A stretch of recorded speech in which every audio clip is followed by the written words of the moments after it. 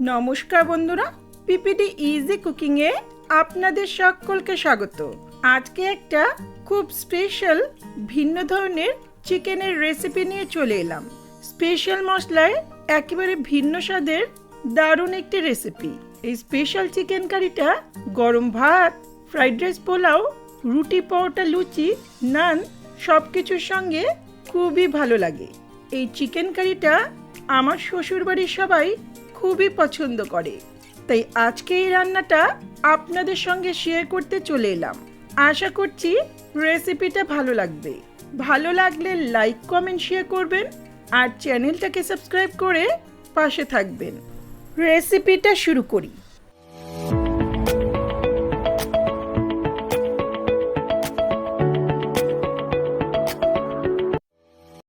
সবার প্রথমে এখানে একটা ব্লেন্ডিং জারে নিচ্ছি 3 ইঞ্চি আদা, 4-5টা কাঁচা লঙ্কা, 2টো বড় সাইজের কোয়া ছাড়ানো রসুন আর একটা মিডিয়াম সাইজের স্লাইস করা টমেটো।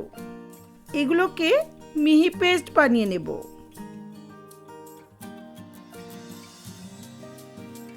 পেস্টটা হয়ে গেলে এখন চিকেনটা ম্যারিনেট করে নিচ্ছি। এখানে 1 কিলো মতো চিকেন নিয়েছি। পিসগুলো একটু বড় করে কেটে নিয়েছি। চিকেনের এই লেগ পিসগুলোতে এইভাবে একটু কেটে নেব।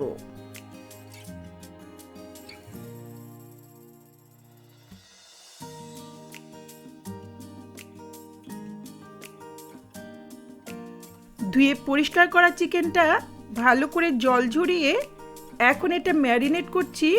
দিচ্ছি 1/2 টিস্পুন করে লবণ, হলুদ গুঁড়ো, 1 টিস্পুন ভিনিগার আর 1 টেবিলস্পুন কাঁচা সর্ষের তেল। যে আদা রসুনের পেস্টটা করেছিলাম সেখান থেকে 2 টেবিলস্পুনের মতো দিয়ে দিলাম।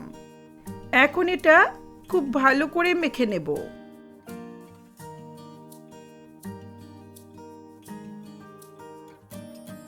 এটা মাখা হলে আধ ঘন্টা রেস্টে রেখে চলে যাচ্ছি নেক্সট প্রিপারেশনে। এখানে নিয়েছি 4 to 5 টেবিলস্পুনের মতো ঘন দই। এতে দিচ্ছি 1/2 টিস্পুন করে হলুদ গুঁড়ো, লাল লঙ্কার গুঁড়ো, জিরের গুঁড়ো, শাহি গরম মশলার গুঁড়ো আর 1 টিস্পুন করে ধনের গুঁড়ো আর কাসুরি মেথি। এটাকে খুব ভালো করে দইয়ের সঙ্গে মিশিয়ে নেব। দইয়ের সঙ্গে এইভাবে মশলা মিশিয়ে নিলে দইটা রান্নার সময় ফেটে যায় না, রান্নার স্বাদটাও ভালো হয়।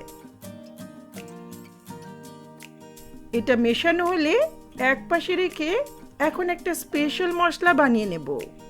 এখানে কিছু গোটা মশলা নিয়েছি।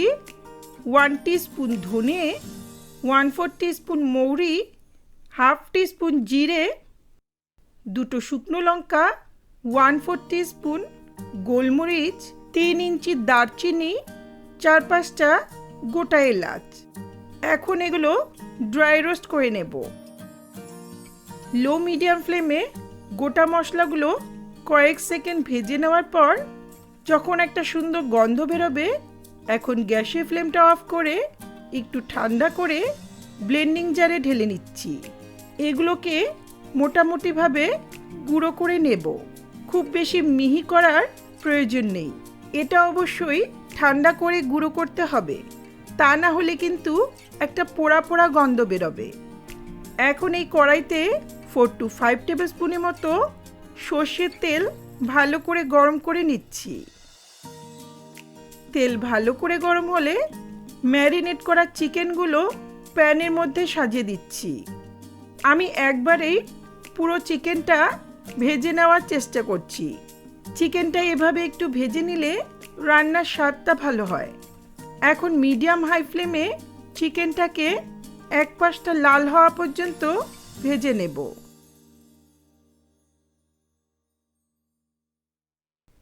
এক পাশটা একটু লাল লাল হয়ে গেলে এখন উল্টে নিয়ে আবারও মিডিয়াম হাই ফ্লেমে অপর পাশটাও লাল লাল করে ভেজে নেব। চিকেনটা অবশ্যই মিডিয়াম হাই ফ্লেমে ভাজতে হবে। এখানে চিকেনটা খুব বেশি সেদ্ধ হবে না, হালকা ভাজা হবে।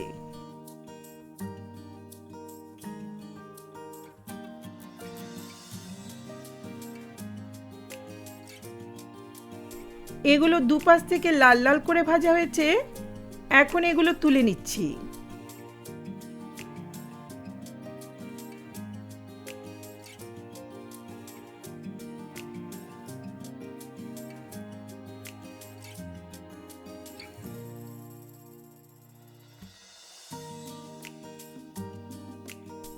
এই চিকেন ভাজার তেলটাতে এখন ফোড়ন দিচ্ছি একটা শুকনো লঙ্কা, হাফ বড় এলাচ, 3-4টে লবঙ্গ, 2 ইঞ্চি দারচিনি, 2টো গোটা এলাচ, হাফ টিস্পুন গোটা জিরে আর 2টো তেজপাতা। ফোড়নে ইচ্ছে মতো যে কোনো গরম মশলা অ্যাড করতে পারবেন। ফোড়নটাকে কয়েক সেকেন্ড ভেজে নেব। ফোড়ন ভাজার সুন্দর গন্ধ বেরোলে এখন 3টে মতো বড় সাইজের কুচনো পেঁয়াজ দিচ্ছি। পেঁয়াজটাকে মিডিয়াম ফ্লেমে হালকা লাল করে ভাজবো।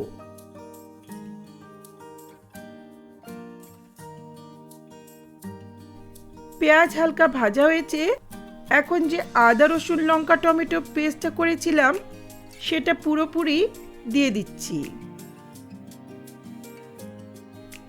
একই সঙ্গে দিচ্ছি 3-4টে গোটা রসুন। এটা অপশনাল, যেহেতু আমার বাড়িতে মাংস রান্নায় সবাই গোটা রসুন খেতে পছন্দ করে তাই দিলাম।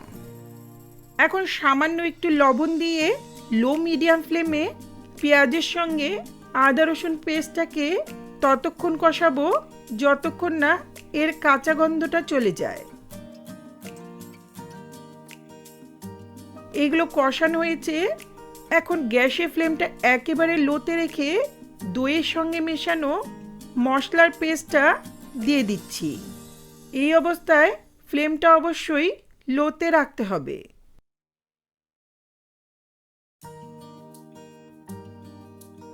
এটা দেওয়ার পর খুব ভালো করে নেড়েচেড়ে মিশিয়ে নেব।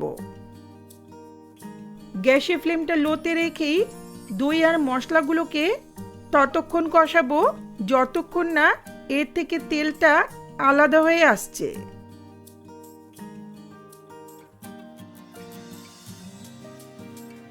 দেখুন মশলাটা কষানো হয়েছে, তেলটা উপরে ভেসে আসছে।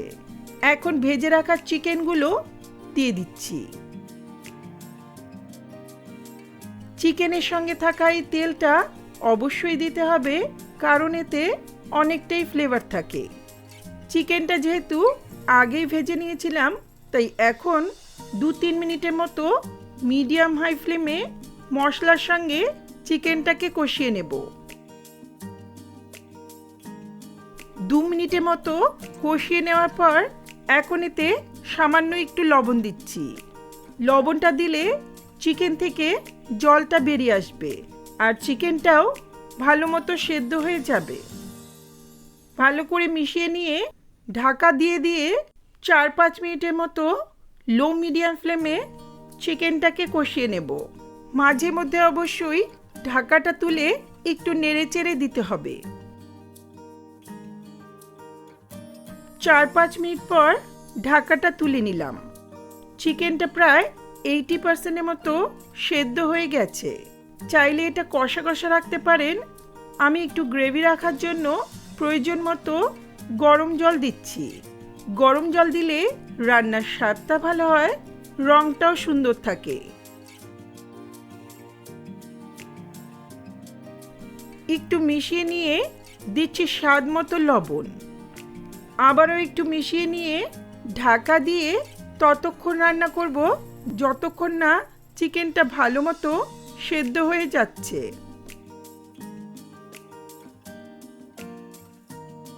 কিছুক্ষণ পর রান্নাটা হয়ে এসছে। চিকেনগুলো ভালো মতো সেদ্ধ হয়ে গেছে, গ্রেভির কনসিস্টেন্সিটা একেবারে পারফেক্ট আছে। এখন সবশেষে মোটামুটি গুঁড়ো করে রাখা স্পেশাল মশলাটা দিয়ে দিচ্ছি।